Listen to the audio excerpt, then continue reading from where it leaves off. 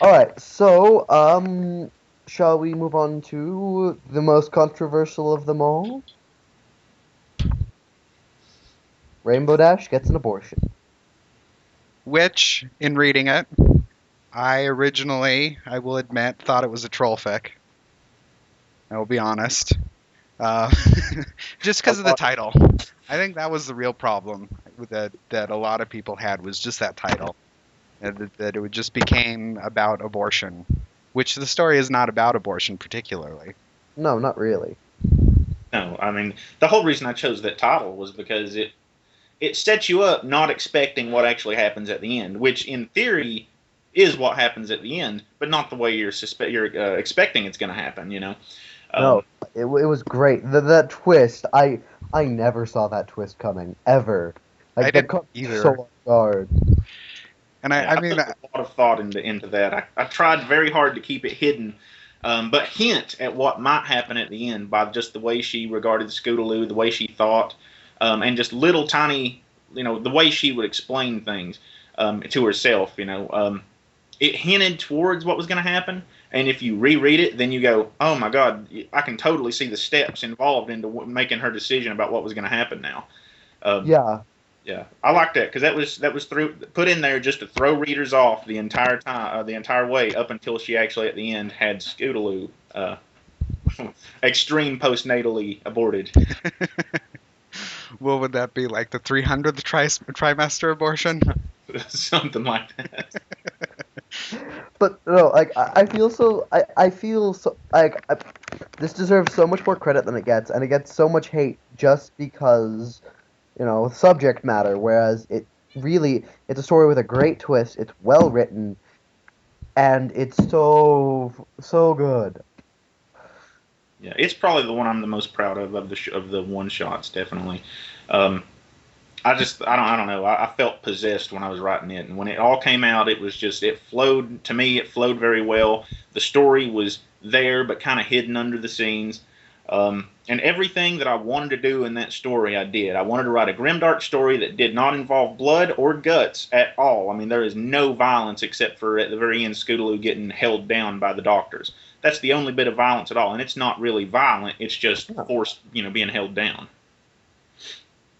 It's one of those things that you can point someone to it and saying, this is how you do something that is as feel bad as the other, like the more grotesque, mature, grimdark stories. It's as feel bad with no violence, none Yeah. at all. Yes. I the comments on the story just are crazy. I'm gonna go ahead and say.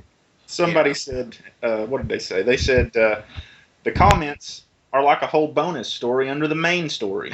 And it's true. I mean, the comments are longer in words now, I believe, than the story is. Um, and that shocks me. I'm just waiting for the day when it finally has more upvotes than downvotes, but I've still got like, what, 38 to go through or something like that. Well, hopefully this will help. Hopefully this will help. It's getting there. My favorite comment is it, it's one that's just like opinions, opinions, opinions, opinions, like thousands of words of just opinions, and then it's like TLDR, my opinions, not yours, and that's just like, okay, I like this guy. Who was that? Lucha Voodoo? Yeah, Yeah, just to say it, Lucha Voodoo is awesome. And his story, Borderline, was one of the stories that really made me want to start writing. That, Alice's Pinkamena Interrupted, of course, Cupcakes is what got me into the whole thing at all. I mean, I like that kind of story anyway. Not consistently. I mean, I think like Sweet Apple Massacre and a lot of those stories they go way over the top because they're just there to shock people. Like after a while, it just became who can write a more shocking story, and it devolves into a lot of things that I'd rather never have to write about. Yeah. Because I mean, for me, Grimdark is all about the plot. I mean, it's like the old Twilight Zone episodes. If you ever watch a Twilight Zone episode, you'll see what I mean. There's no violence, there's no blood, there's just a really well told story, and usually at the end there's some kind of twist you just don't see coming, or if you do, it's still really awesome. And that's the kind of stuff I was really trying to set into writing when I started. Just I mean, like Secret of the Showmare shows shows blood. I mean, obviously, I mean she's chopping off horns and sucking brains out through the horn. But that was something I didn't feel I could get around. So I mean, there's still going to be some gore in the story or in the stories themselves sometimes, but not always. And I really felt that Rainbow Dash Gets an Abortion was probably the best way to show that, because any violence that happens in that is totally up to the reader.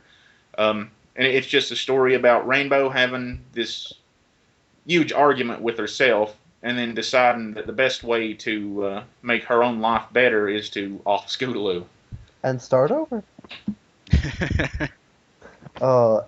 And that is why it is amazing. You left everything up to the reader with the whole violence thing. Like, it caught me off guard. I was sitting there for like 3 minutes after, just like, what? That's so awesome, and it was fantastic, and it made me, reading your Grimdark has made me want to write my own Grimdark. Yeah, I'm looking forward to that. I hope I don't disappoint. I'll do my best. Yeah. And so, would you like to talk about Pinkamenace II Society? I certainly would. Fine with me. All right.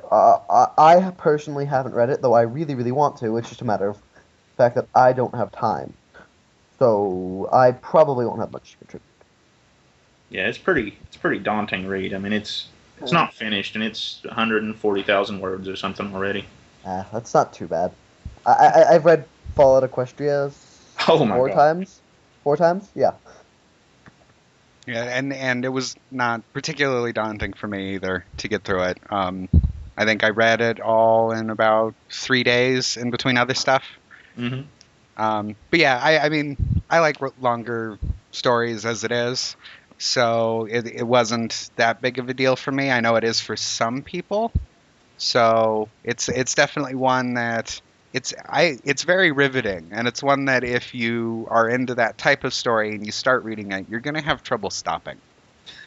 Yeah, for me, I like short stories. I always have. Short stories for me it's just easier because I can start and finish a story in one sitting and over a course of 15 minutes to an hour, and I just like that. Whereas leaving off several times before I get to the end kind of bothers me. Not that I don't read longer length stories, but if I see something that's say over 10,000 words, I usually will push off until a later date. As opposed to something that's just okay, I can finish this in the next 45 minutes that I actually have available. Yeah, I think a lot of people approach reading fan fiction that way. Yeah. That it's just, even if they're up for reading the longer stories, if they see them, it'll be one that they'll take note of, maybe favorite it, and then come back to it when they have a chance. Even if the first chapter is something that they could sit down and read now, there's just that concern that once they read the first chapter, they're going to want to go on to the second chapter, and they really only have an hour right now, and they don't really have the time to put all of that hour into reading 2.5, 3 chapters of something and then have to stop. Yeah.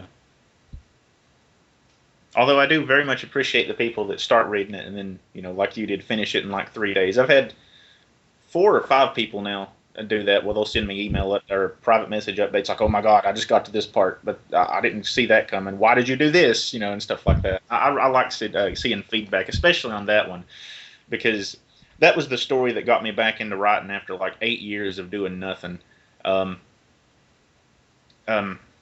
Like I mentioned Pinkamenace Interrupted by Alice earlier. That was the story that when I read it, I was like, okay, this was really good. I'm going to try writing again, because for the longest time I've been working and all that, and I just kind of got bitter, and I hadn't done anything creative since high school.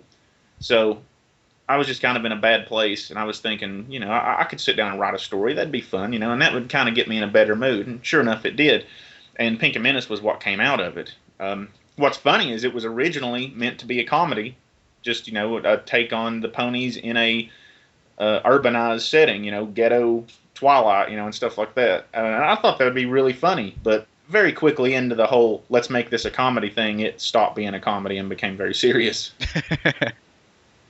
Yeah, I'm actually, since I'm on a 3-day weekend, thank goodness, I'm going to probably read this weekend, and I cannot wait. I am excited, and from everything Bats has told me, it sounds amazing.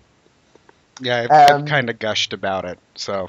oh, hey, you know what? If it's half as good as what you've said, then I will be in for a treat. And It's going to it be kind is. of. Go ahead. It is. It is that good. It is something that, I mean, it hits the grimdark idea that we were starting about right away.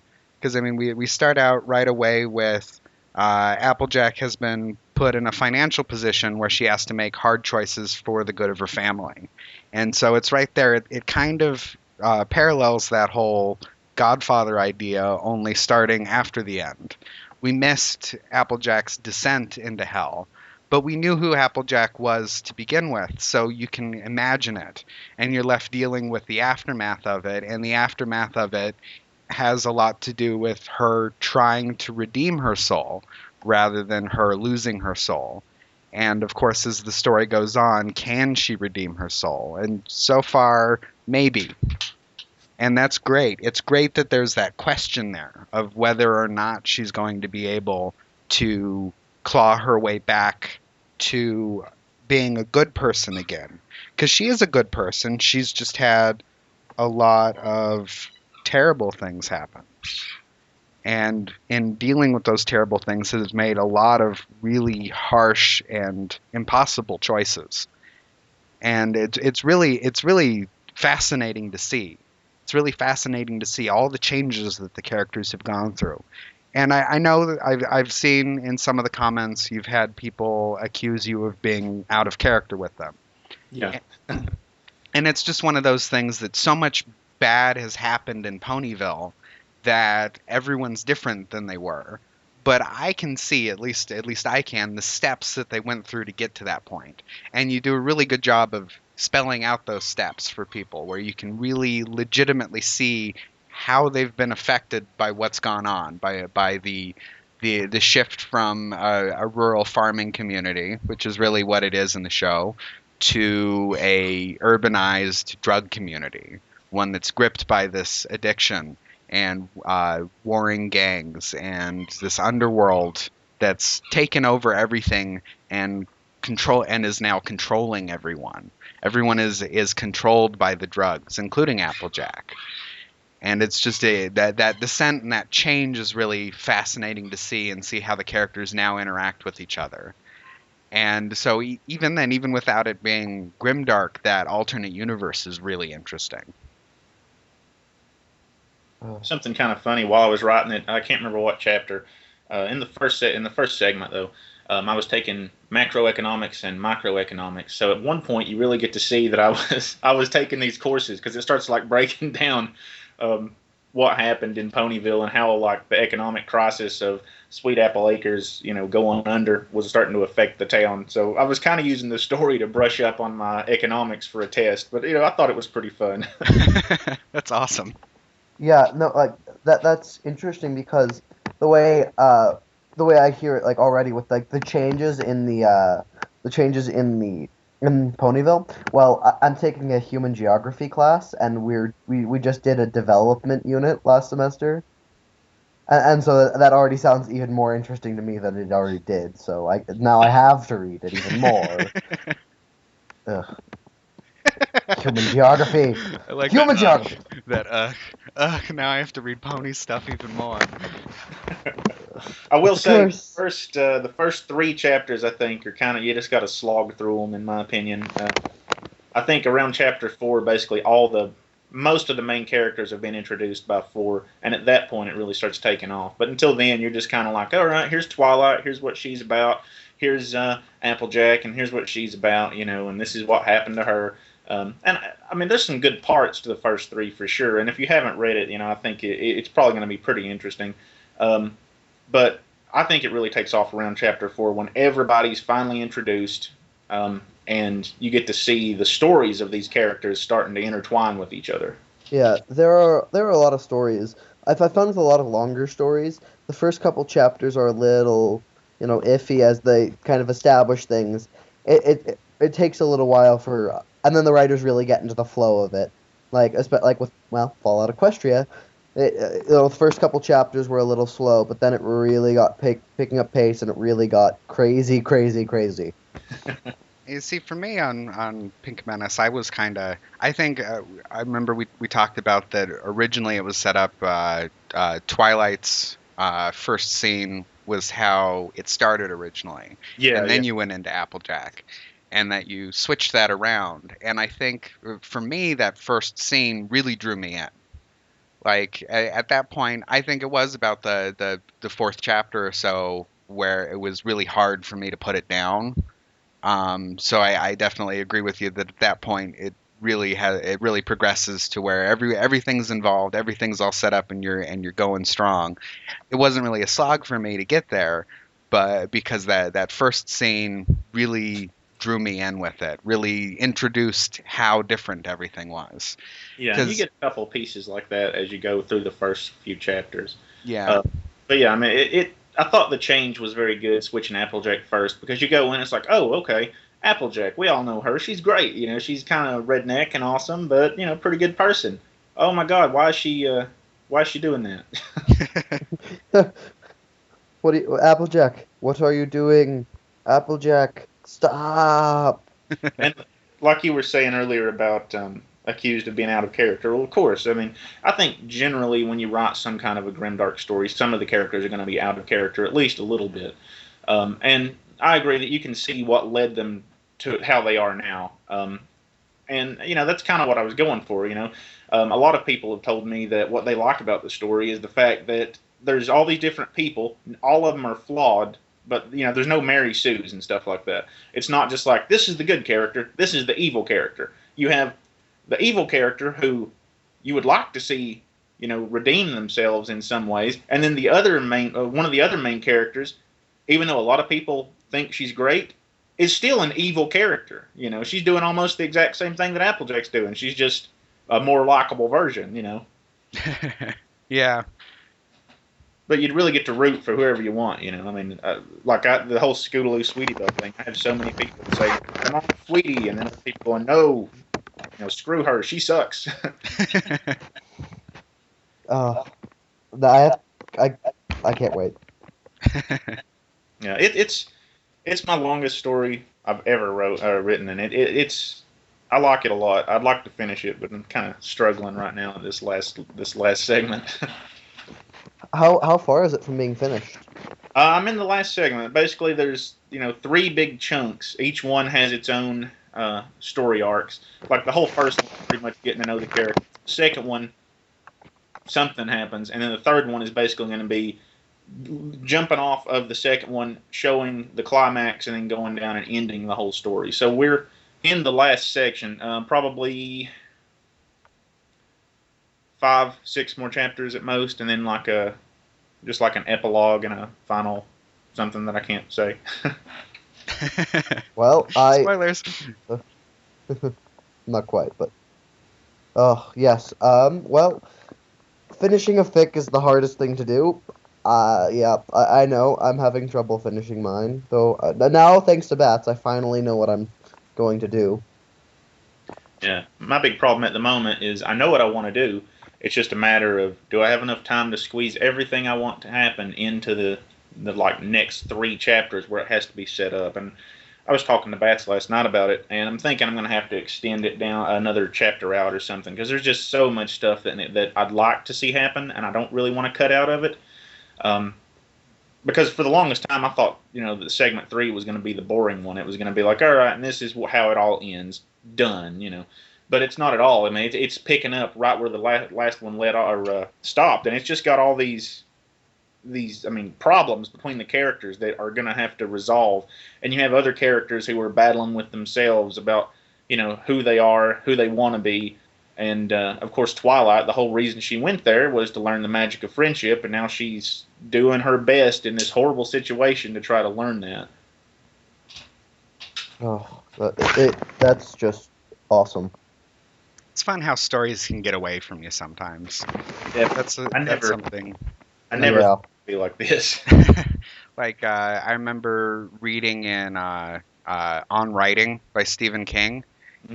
He was talking about Misery, which that's the one where a fairly famous writer of like schlock stories, it sort of is like I forget if they were mysteries. I think they were more action adventure sort of stories where he had a character kind of like Indiana Jones. And he had just written one that killed off the character at the end because he was done writing schlock. And he gets in a car accident, gets saved by a really crazy super fan of his, and is basically with his broken leg in like a jury rigged medical setting, was set up where she was forcing him to write the sequel, and of course she had her opinions on what sort of thing it should happen in the story, and he had his problems with being done with the character. And in On Writing, he was talking about it that when he first sat down to write it, he had a very specific ending in mind, and that ending was a copy of the finished book that he had written sitting on a coffee table made with really interesting leather.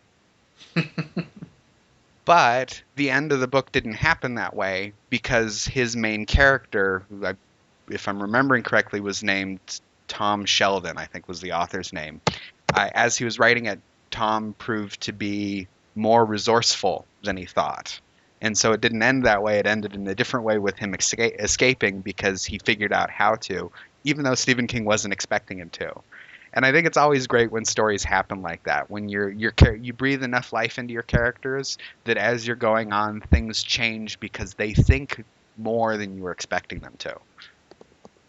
Yeah, definitely. Yeah. And I felt that way. The whole second segment, really. I mean, it comes down to a few different themes, and one of which is the whole Apple Dash theme. And I just didn't expect that to happen at all. I was actually just looking for kind of filler material, and I was like, oh, that'd be kind of neat, kind of throw that in there. And then it just ran away and became pretty much one of the main plots of the whole second segment. And I love it. I mean, now that it's written, I thought that part was awesome. You know. Here's what I'll say on that. I'm not a fan of Apple Dash. I don't really like Apple Dash particularly. I'm biased against it. And it really worked for me. And so that's really saying something. I mean, the characters were different enough had changed that it put me into it from a different perspective. So it was more easy for me to accept at the beginning. Because I just don't really see them working based on canon. They're too competitive with each other, and it would just kind of fall apart, I think, fairly quickly. But just from everything that was different, it really worked for me. Well, I can't wait to read this, but I have to go now. Life, right, always gets in the way. Yes. So, thank you everyone for listening in. You'll see me, I guess, next week. JMJ, thank you for your time. It was great fun. I can't wait to read that. I'll let you know what I think. Cool. Thanks for inviting me, by the way. I really appreciate it. Hey, no, thank you for coming. Thank you for adding a little bit of like officialness to this cast of just two guys talking. We have a guest author on. It's like we're an official thing. Hey, maybe someday we will be. This is real deal, son. All right, see you guys sometime soon. Bye. See. All right, I think we'll end the cast here. So thanks everyone for listening. We'll be back next week. We have not decided on a topic yet, so prepare to be surprised. All right, well, thanks for everyone listening.